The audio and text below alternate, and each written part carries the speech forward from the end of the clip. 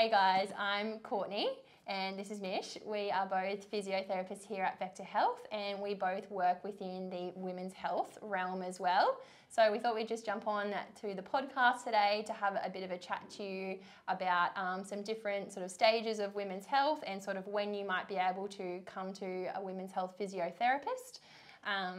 So the main sort of area that we treat is people that are coming, ladies that are coming through when they're pregnant, as they're going through their pregnancy journey, and then through into their postnatal journey as well. So Miche, that's something that you've had a fair bit of experience with, treating mamas. Yes, it is. And I guess the whole start of the women's health realm was personal experience around falling pregnant, what that felt like, and then those early stages afterwards. So at Vector, I guess a lot of where women's health is centred, and particularly in the postpartum realm, is based on real life experiences and what happens and what can happen and how do we support women through that stage and that journey. And it's across the whole realm of not just looking at what happens during that stage, but what's happening within that woman's life and how does that change and how can we make sure that they pass through that stage and be the best version of themselves so that they can enjoy being a mum and they can invest in their family and have a great time. So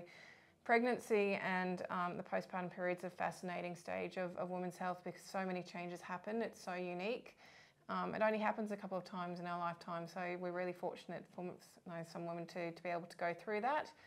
And there's lots of questions that come around from that, and as women's health working within that realm, it's our job is to be able to support and answer some of those questions. So we've got some information down through here about some of the key things that we see and why it's so important to come in and ask those questions or at least get checked along the way, because you can function quite well postpartum, but there are things that do happen and sometimes they creep up later on in life. So some of my drive, particularly because I see women later on in life as well as early in the childbearing years and the puberty years. We've got some lovely young women that come in and have some quite significant problems that we help them with.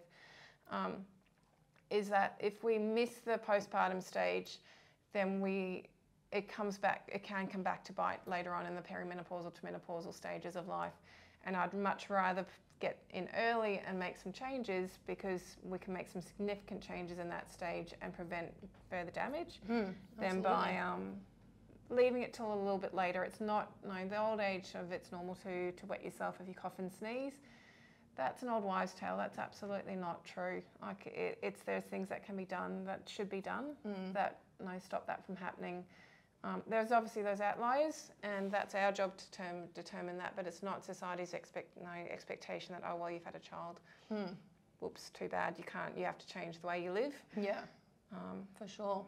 And that was sort of the birth of our main program that we run in that early postnatal period is called the Mums and Bubs program that we run here at Vector Health. And so that's been running for about 4 years now. We've helped sort of over 150 women around Rockhampton and Yeppoon, and then for anyone sort of living in more regional and remote sort of places in Australia as well that haven't been able to access that sort of level of care, we can sort of zoom into them as well for the sessions and do it virtually. So that program was really born from Miche's sort of personal experiences and not really having that sort of service and that you could access in that early postnatal period, and you go for your 6-week checkup and then see you later. That's good luck to you now, and that's the end of that. Yeah, so supposedly you're fixed. You carry a baby, you grow a baby for 9 months, and then 6 weeks later after having it, you can go back to normal. It just blows my mind that we accept that narrative, because it's not. You're not the same as what you were. You're still going through huge changes. Managing sleep deprivation alone and trying to feed a baby and just juggling life in general alone without the physical changes. Absolutely, and there's toddlers running around, and there's so many different things.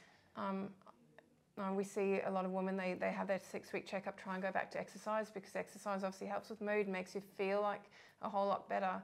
How do you return to exercise safely when your body's not the same as when you started? That's those questions that started to be raised early on. A lot of injuries happen.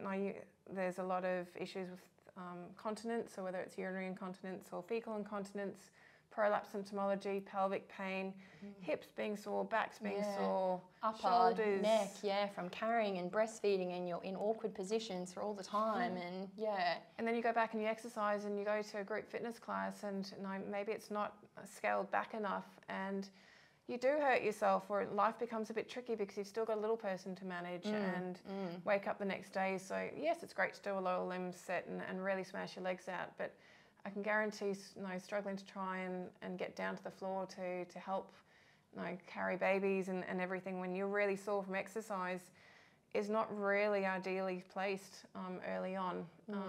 Doing it structured and in a controlled manner, and everyone heals differently. It's not a stock standard recipe. It's really, really important to always know that everyone heals differently and recovers differently. What some people can do early on is very different to what the next pregnancy may be able to do. And for sure, women have been birthing babies for a long, long time. It's not like it's something that we need to make complicated, but I think our job is to highlight that there is things that can be done to make that journey easier.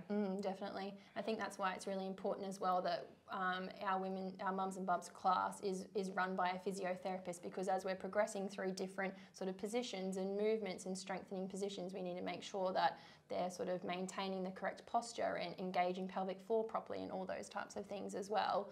So that's really one of our main sort of key things that we do in Mums and Bubs, and all of that education and awareness that Miche spoke about earlier, that it's not okay sort of in that postnatal stage when you are starting to leak a little bit and things like that, and working on our pelvic floor strengthening and activating our core muscles again, and how we can do that safely in the early phases as well as we're sort of staging up through different progressions too. Definitely. So, yeah. It's a huge bit. And I don't know, I think commonly when I get a woman in and we do an assessment, a simple exercise like a back bridge can seem really, really easy. But when we really ask them to cue properly and get pelvic floor engaged, and what does that feel like? Everyone, we talk about Kegels. What does Kegels mean? Like where are you supposed to feel that from? How are you supposed to do that properly? But you add a proper pelvic floor contraction with breath work, and a simple exercise like a bridge can become really, really tricky, and so it should be, because you're engaging the right muscles with it. It's very easy to cheat out of exercise or not get the most out of it, those simple exercises, and it's our job as physios and health professionals is to really dial that back and make sure that there's excellence in each movement pattern before we ask more of that. Yeah. Just like a baby learns to crawl, roll and crawl and then walk. I think sometimes as adults we forget that we have to do all the steps to actually achieve success. It's easy to skip a few steps or speed through them. Postpartum, I think you have less leniency with that. You really need to hit all those stages well, so that overall you come out of the end significantly better with it. Absolutely, yeah. And especially like one of those other things that we really focus on in that early phase, like we were speaking about before, there's lots of little lower back pain niggles and upper shoulder, thoracic back pain and things like that as well. So we really have a strong focus on mobility in the first few weeks of the program as well, how to do some stretches for our lower back, for our middle back. And quite often the mums in the class will go home and take some of those movements home with them and start doing some of it, so that they are feeling better sort of throughout the week as well, and they're not just doing it once a week, but sort of starting to incorporate it in their day-to-day as well, just to help them feel better too. Yeah, which is really important as well, to give them those sort of key tools and early on. No, you think about pregnancy and how much the body changes. The pelvis tilts significantly. We get bigger boobs, and so everything pulls us forwards, and we're carrying a lot more extra weight. That doesn't just suddenly disappear once we have bubs. Suddenly we go from a pressure in our belly that's holding everything stable to, if you've had a vaginal delivery, your pelvic floor gets stretched, which obviously affects our core. A C-section does the same thing, as we affect our abdominal wall. So we have a stage postpartum where our tummy doesn't work the same way, because we don't have the pressure of bub inside, and suddenly we have pelvic floor muscles that are stretched, tummy muscles that have been stretched after 9 months of carrying a baby, and a diaphragm that's been shoved right up under our rib cage. And our diaphragm's so important for stability. So if we can't breathe deeply and we upper airway breathe, then we get into that situation like Court's talking about, where neck shoulder discomfort comes into play. You're getting headaches, you're getting really stiff through your back. Nursing a baby and getting into those seated positions where you bent forwards encourages that and facilitates that movement pattern to continue, which again potentially leads to shoulder issues down the track. I see a lot of middle-aged woman with bursitis, for example, and frozen shoulder. And the question that I have clinically is, why is that happening? Yeah. Is it something as a precursor that we've placed our bodies in positions and we function quite well in that position, but has that precursed us a little bit? And if you're round, we know if you come into physio and you've got shoulder complaints, we tell you to pull your shoulders back and get your posture better and get your core working better. It's very similar to what we're asking in the postpartum stage of trying to correct some of those things that we see that have crept in thanks to the requirements of what our body's been asked to do to adapt to what's happened. But maybe we know having that correction super important, and I do believe that having a program like we run maybe prevents some of that down the track. If not, it just makes you feel so much better. I think it's beautiful to see the woman lying there and they've got their beautiful bubba next to them. Yeah. And you see the relaxation because they can breathe, they can actually just be calm for a second, and they can get the whole system connecting and working together. And at the end, when you hear them laughing at the end of the 10 weeks, and they're feeling stronger about themselves because their body's just connecting, it's a beautiful, beautiful thing to see. It's just amazing. It's so rewarding, like seeing the movements and where they are at the start of the program to sort of the progressions and what they're doing at the end. They're so proud of themselves, and it's just the most rewarding thing ever to be able to do that as well. And we get so many women that just really are so appreciative for the program as well, and they've been nervous to leave the house before on their own with their baby, but they come into our environment here and it's so welcoming and it's so safe, and we have our beautiful admin team that helps cuddle all the babies, and we have a couple of beautiful grandmas that volunteer their time every Thursday to come and sort of help nurse the bubbies so that they get to experience that with their child, but they also get to do something for them and make the most out of the 2 hours for the 10-week program that we run. So, and then they go out for coffee afterwards, and I think that socialisation of forming your new mothers group, and it's a mothers group that often they don't have connection with, they don't have a precursor of who they were before they became a mum. They're in the trenches together, and it's amazing to hear some of the tips that come from mums that are doing it tough, whether it's teething to sleep progressions to should my baby be rolling over, or what's the latest swaddle and different things in the market. They're things that when you're not in there you don't know, but there is this incredible wealth within the mothering community of helping each other and figuring it out, and having a group of women to then share that journey with, of being able to be comfortable enough and go, hey, I'm having a really rubbish week this week. This and this is happening. You've got support right there, and you've got knowledge right there that you might have one of the surrogate grandmothers put her 2 cents in, but equally a new mum to a mum that's three kids in and is very well versed in this stage of life currently. I think you can't put a measure on having that support network around you. Absolutely. During that time. It's the stuff that I hear that comes out, the suggestions, I would never think of half that stuff that they come up with. And it's just simply because it's you're not living it, you're not breathing it anymore. It's and it's different, like you said, they're in the trenches together, so we really do put an emphasis on that a lot of them come in sort of really tired, and they weren't going to come today, but they made the effort to come, and that's just so important as well. And then they're there with another group of women, so each week we do a group share of what's your highlight or your low light for the week, and that really puts everyone in the trenches together to go, oh my gosh, thank God I'm not the only one. We've had the ones that'll always stick out for me, the low light, was that her toddler went and put his hand down a dirty nappy and then smeared all of that poo all over her beautiful white couch. And so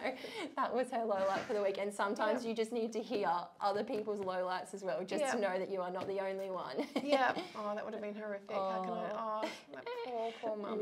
And that would have just... Oh, so funny. And then just recommendations as well, then any brands that the mums are really enjoying using, any baby brands, are they listening to some particular song on YouTube that's helping calm their baby? Is there a podcast that they've recently listened to that they really enjoy? We've just started a little bit of a group share in a really nice, comfortable environment like that as well. And I think that's really helping sort of in the early weeks as well, when they're all getting to know each other, and then that progresses to coffee and play dates and things down the track where they all keep in touch. And that's really the nicest bit. I just love being able to sit back, while they're going through their different movements and just listening to all their little chit chat as well. And so it's really special. And I think, Court, you've really highlighted, I think women's health, I love women's health. I think it's a fascinating field and that you can go so many different ways, and women are incredible in what we're able to achieve.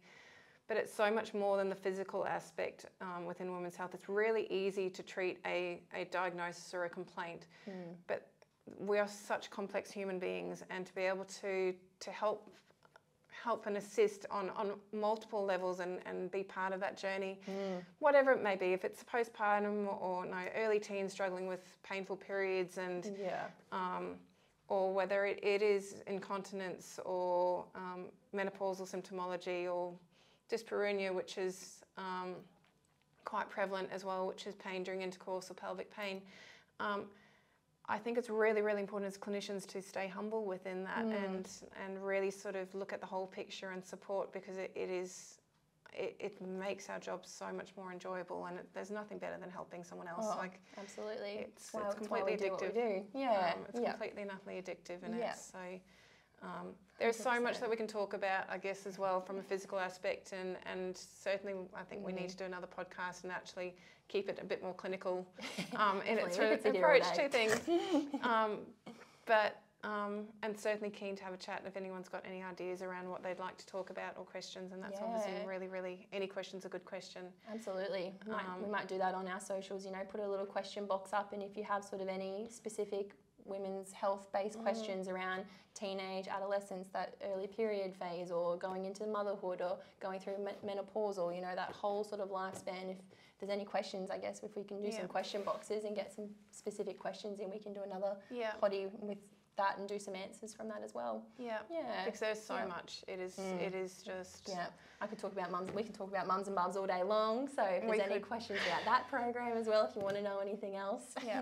Because it is amazing. I know we're biased, but it is such an amazing program. The number of second and third timers that we get through the program, and I think that's testimonial to, it's not just they've learnt how to switch their pelvic floor on, they're not coming back to switch their pelvic floor on, they're coming back because it gives them an opportunity to heal holistically during that journey. And there's still birthday parties that are happening though, and catch-ups 4 years down the track, and we're fortunate enough to hear some of that along the way, so they become part of the Vector Health family with it. So absolutely, it's very, very special to be part of that, and beautiful clinicians like Courtney that invest a lot of time and energy into it. It's easy. I sit on the back burner and do the behind the scenes stuff, but Court's the one that's really, really embraced it. So it's definitely. I think it's just evident from everyone that works here at Vector Health, from the admin team. Miche's door is always open for anyone that has, any questions or concerns, or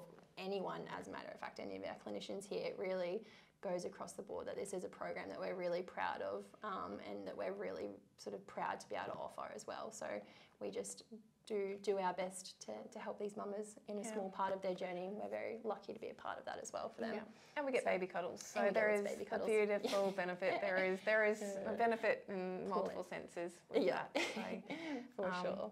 But I think we do that. Let's see if there's anyone has got any questions, and honestly, any question's a good question. So it'd be really fun to do a session where we answer some of your questions, or even just topics that you might like to hear about.